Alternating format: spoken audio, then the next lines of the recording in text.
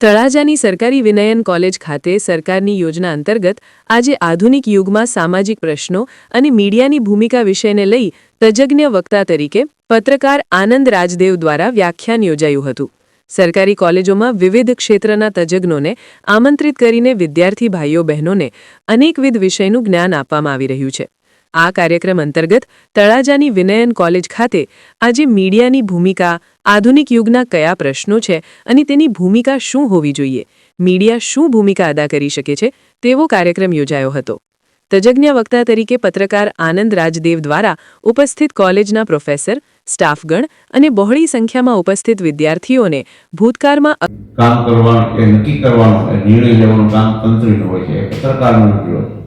પત્રકાર તો ફિલ્ડમાં જઈ અથવા તો પોતાના સોર્સિસ પાસેથી માહિતી જે મળે છે એને પોતાના શબ્દોમાં લખે છે અને લખ્યા પછી અમારો આખો જે અહેવાલ હોય છે તે અમારા તંત્રીને મોકલવાનો હોય છે। એ તંત્રી છે નક્કી કરે છે કે આને કયા પાને કયા પેજ પર મૂકવા અને કેટલું સ્થાન આપવું, અડધું પાનું, પાનું, આ સમગ્ર આગની ઘટનાને લઈને દુકાનદાર અને સ્થાનિક વ્યક્તિ દ્વારા પ્રતિક્રિયા આપવામાં આવી છે।